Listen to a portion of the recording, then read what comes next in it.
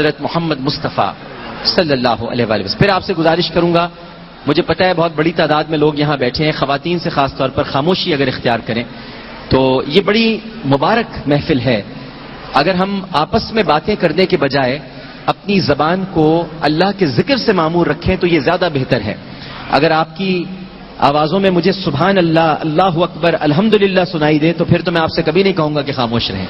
لیکن اگر ہم اس محفل میں بیٹھ کر بھی دنیاوی باتوں میں مصروف و مشغول ہیں تو پھر ہمارے آنے کا، ہمارے جاگنے کا، ہمارے ذکر کرنے کا کیا فائدہ؟ ہمیں تو اللہ تعالیٰ کو راضی کرنا ہے، اس کی خوشنودی حاصل کرنی ہے. تو نبی کریم صلی اللہ علیہ وآلہ وسلم ارشاد فرماتے ہیں کہ جب کسی ظالم اور جابر کو دفن کیا جاتا ہے، ظالم اور جابر کو جب دفن کیا جاتا ہے تو قبر اس سے کہتی ہے کہ تو میرے نزدیک بدترین ہے، بدترین ہے اور بدترین تھا ان تمام لوگوں میں سے جو مجھ پر چلتے تھے. تو سب سے زیادہ بدترین ہے، بدترین تھا ان تمام لوگوں میں جو مجھ پر چلتے تھے، اور آج کے دن میں تجھ پر حاکم مقرر کی گئی ہوں. اب تو مجبور ہے، تو بے بس ہے، اور تو دیکھے گا کہ میں تیرے ساتھ کیا برا سلوک کرتی ہوں. اور اس کے بعد نبی کریم صلی اللہ علیہ وآلہ وسلم نے ارشاد فرمایا، یہ کہنے کے بعد قبر اس کو دباتی ہے یہاں تک کہ دائیں طرف کی پسلیاں بائیں طرف اور بائیں طرف کی پسلیاں دائیں طرف ہو جاتی ہیں. یہ قبر ظالموں کے ساتھ سلوک کرتی ہے. اب یہ ظالم کون ہوتے ہیں؟ ہم شاید یہ سمجھتے ہیں کہ ظالم سے مراد ظلم کرنے والے، حق چھیننے والے، حقوق غصب کرنے والے، قتل کرنے والے، یتیم کا مال کھانے والے، بیواؤں کے ساتھ بدسلوکی کرنے والے، سرکاری مال ہڑپ کرنے والے، شاید یہ سب ظالم ہوں گے. حقیقتاً تو ظالم ہم بھی ہیں.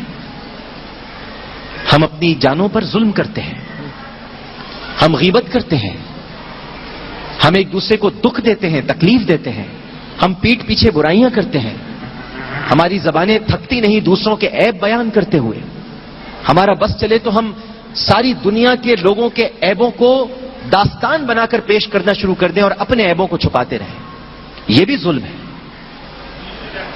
یہ سب سے بڑا ظلم ہے. پیٹھ پیچھے کسی کی برائی کرنا، کسی کے بارے میں یہ سوچ لینا کہ یہ ایسا ہوگا، بدگمانیاں کرنا. اللہ تعالیٰ نے بدگمانیوں سے منع فرمایا ہے. قرآن میں کئی جگہ پر حکم ہے کہ بدگمانیوں سے بچو. بعض بدگمانیاں کفر کی طرف لے جاتی ہیں، لیکن ہم بدگمانیاں کرتے ہیں. ہم سوچ لیتے ہیں فلاں آدمی ایسا ہوگا،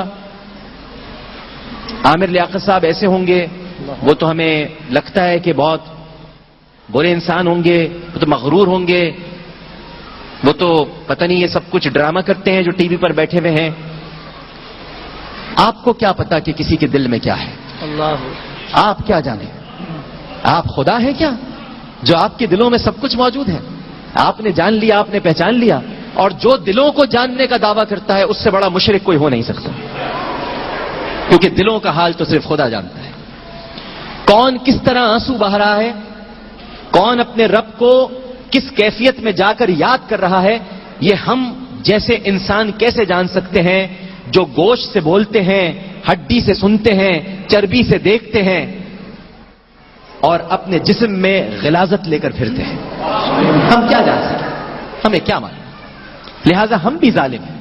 افی قلوبہم مرض ام ارتابوا ام یخافون ان یحیف اللہ علیہم ورسولہ بل اولئک هم الظالمون. اللہ تعالی ارشاد فرماتا ہے قرآن پاک میں، کیا ان لوگوں کے دلوں میں کوئی بیماری ہے؟ افی قلوبہم مرض ام ارتابوا ام یخافون ان یحیف اللہ علیہم ورسولہ، یا انہیں خوف ہے کہ اللہ اس کا رسول ان پر ظلم کریں گے؟ بل اولئک هم الظالمون، یہ خود ظالموں میں سے ہے، یہ خود اپنے اوپر ظلم کرتے ہیں. تو ہمیں اپنے اوپر ظلم سے بچنا چاہیے، ورنہ قبر کا معاملہ میں نے آپ کو بتلا دیا. یہ دائیں طرف کی پسلیاں بائیں طرف اور بائیں طرف کی پسلیاں دائیں طرف کر دیتی ہے.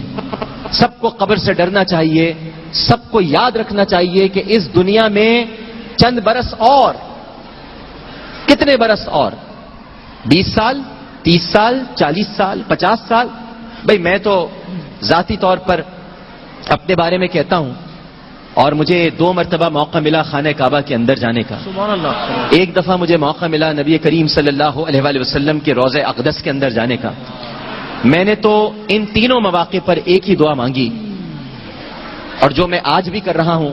چلیے اگر کسی کو شک اور گمان ہو کہ میں نے یہ نہ مانگی ہو، تو آج تو آپ کے سامنے دعا مانگ ہی رہا ہوں، اور آج تو 15ویں شب ہے. میں ہمیشہ اس دعا کا بار بار اعادہ کرتا ہوں کہ اے اللہ، تو نے میری جتنی عمر لکھی ہے تو بہتر جانتا ہے، تجھ سے بہتر کوئی نہیں جانتا. تو چاہے تو مٹا دے، تو چاہے تو بڑھا دے. سب تیری دسترس میں ہے، سب تیری طاقت میں ہے. ان اللہ علی کل شیء قدیر. لیکن میرا وجدان، میرا عشق، میری محبت، میری لگن، میرا پیار، میری جستجو اور میری غلامی مجھ سے یہ تقاضا کرتی ہے کہ میری عمر تیرے حبیب کی عمر سے زیادہ نہ ہو. میں یہ بے ادبی نہیں کر سکتا اپنی زندگی میں. لہٰذا مجھے اتنا ہی جیتا رکھنا جتنا کسی غلام کو جینا چاہیے. رسول کریم صلی اللہ علیہ وآلہ وسلم 63 برس کی ظاہری زندگی کے بعد ہم سے پردہ فرما گئے. اگر میں اس سے زیادہ ہو گیا تو بے ادبوں میں شمار ہوں گا. پیچھے رہا تب بھی با ادب تو نہیں ہوں گا، لیکن روز حشر یہ تو کہہ سکوں گا سرکار ہو سکتا ہے میں آپ کی غلامی کا حق نہ ادا کر پایا، لیکن میری سوچ ضرور آپ کی غلام تھی. میری سوچ ضرور آپ کی غلام تھی. تو یہ ہم سب کو دعائیں مانگنی چاہیے اور دعائیں کرنی چاہیے، اور یہ عہد کرنا چاہیے آج اس محفل میں بیٹھ کر کہ ہم غیبت سے بچیں گے. غیبت سے بڑھ کر کوئی سنگین ظلم نہیں ہے جو ہم اپنے اوپر کرتے ہیں. حسد سے بچیں گے، اللہ کی تقسیم پر راضی رہیں گے. وہ جس کو عزت دے رہا ہے اس کی عزت کریں گے. خدا کی تقسیم پر راضی رہو. خدا جس کو جتنی عزت دے رہا ہے یہ تمہارا فرض ہے کہ اس کی عزت کرو. یہ خدا کی تقسیم ہے، اس پر انگلی مت اٹھاؤ. اللہ نے جس کو عزت دی، جس کو مقام دیا، یہ اللہ کی حکمت ہے. وہ جسے چاہتا ہے عزت دیتا ہے، جسے چاہتا ہے ذلیل کرتا ہے. وہ چاہے تو دنیا کے تمام لوگ مل کر کسی کو عزت نہیں دے سکتے، اور وہ چاہے تو دنیا کے تمام لوگ مل کر کسی کو ذلیل نہیں کر سکتے. لہذا ہمیں اس کی تقسیم پر راضی رہنا چاہیے، حسد سے دور رہنا چاہیے، بغض و عداوت سے بچنا چاہیے. قاتلوں سے مخاطب ہوں، اگر وہ فرصت کے لمحات میں تھوڑی دیر کے لیے تفریح کے لیے ٹی وی کھول کر بیٹھے ہیں اور کسی قاتل کی نظر اس وقت ٹیلی ویژن اسکرین پر ہے اور وہ مجھے دیکھ رہا ہے، تو قاتلوں سے کہتا ہوں اپنے ہتھیار پھینک دو اور آج توبہ کر لو خدا سے. توبہ کر لو خدا سے. جتنے تم نے قتل کیے ہیں توبہ کر لو خدا سے.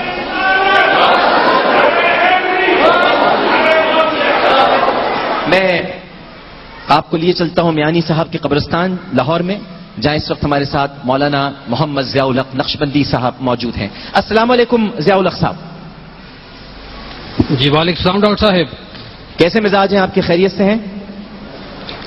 جی الحمدللہ، دعائیں آپ کی. جی اچھا ضیاء الحق صاحب، پہلے تو مجھے آپ سے یہ پوچھنا ہے کہ اس وقت لاہور کے جس قبرستان میں آپ وہاں موجود ہیں، وہاں لوگوں کے اس وقت کیا جذبات ہیں؟ کس محبت اور کس پیار سے وہ قبرستان آ رہے ہیں نبی کریم صلی اللہ علیہ وآلہ وسلم کی سنت مطہرہ پر عمل کرتے ہوئے، ان کی ہدایات پر عمل کرتے ہوئے، ان کے احکامات پر عمل کرتے ہوئے؟ اور مجھے یہ بھی ذرا بتائیے گا، ابھی تھوڑی دیر پہلے میں نے مفتی محمد نعیم مدنی صاحب سے گفتگو کی تو انہوں نے بتایا کہ ہم بسا اوقات نادانستگی میں یہ تو نہیں کہوں گا کہ دانستگی میں، لیکن نادانستگی میں ہم بہت ساری غلطیوں کا ارتکاب کرتے ہیں.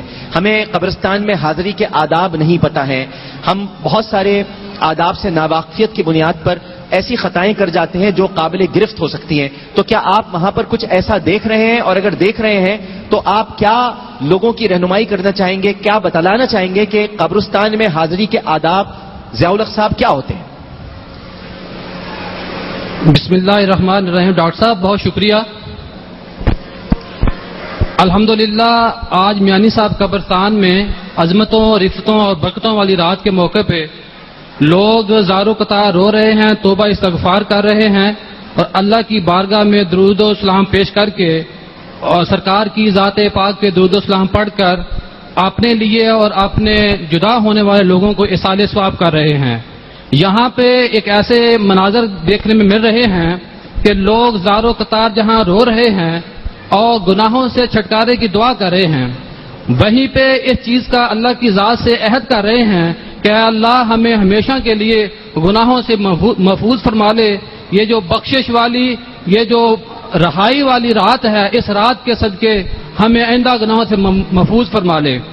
دوسری ڈاکٹر صاحب جو آپ نے پوچھا، الحمدللہ میں نے سارا وزٹ کیا ہے، کچھ مناظر ہمارا کیمرہ آپ کو دکھائے گا بھی، تو میں انتہائی خوش ہوا ہوں کہ جتنے بھی یہاں لوگ قبرستان حاضر ہوئے ہیں وہ شریعت کے مطابق توبہ استغفار کر رہے ہیں، وہ ان پاؤں کی طرف کھڑے ہو کر قرآن پاک کی تلاوت کر رہے ہیں، دعائے مغفرت کر رہے ہیں، لیکن چند ایک ایسے ہیں جن پہ کم علم ہو سکتے ہیں، کم عقل ہو سکتے ہیں، لیکن ان کی جو کر رہے ہیں وہ سادگی کے عالم میں کر رہے ہیں۔ ان کے لیے ضروری ہے کہ وہ خود بھی لوگ دینی کتابوں کی طرف رہنمائی لیں، اور علماء مشائخ کی بھی ذمہ داری بنتی ہے کہ وہ اپنے سٹیج سے ان لوگوں کی رہنمائی کے لیے اپنا کردار ادا کریں۔ ہم نے الحمدللہ لاہور میں یہ بھی دیکھا کہ کچھ بہت تھوڑے مقامات پر آتش بازی ہو رہی تھی، لیکن یہ آتش بازی وہ آتش بازی ہے جو پچھلے سال کے مقابلے میں بہت کم ہے، کیونکہ الحمدللہ لوگوں میں یہ اویئرنیس پیدا ہو رہی ہے کہ جعلی کام کرنے سے بہتر اللہ کی عبادت کی جائے، اور لوگوں میں یہ شعور پیدا ہو رہا ہے کہ زیادہ سے زیادہ اللہ کی بارگاہ میں عبادت ہی سب سے افضل چیز ہے۔ جی ڈاکٹر صاحب بھی بہت شکریہ، بہت شکریہ مولانا ضیاء الحق نقشبندی صاحب ہم سے گفتگو کرنے کا۔ اور یہ جو آتش بازی سے متعلق ابھی ضیاء الحق صاحب نے گفتگو کی ہے، تو ناظرین اور حاضرین، یہ میرے ذہن میں بھی بہت سارے سوالات ہیں، علماء کرام تشریف لائیں گے۔ نہ جانے ہم یہ کیوں پٹاخے پھاڑتے ہیں، یہ کیوں ہم، آپ کو پتہ ہے اس کے نقصانات معاشرتی کیا ہیں؟ سب سے بڑا نقصان یہ ہے کہ یہ دل کے جو مریض ہوتے ہیں ان کے دل بہت کمزور ہو جاتے ہیں، اور چونکہ ان کی شریانیں اور وریدیں سکڑ جاتی ہیں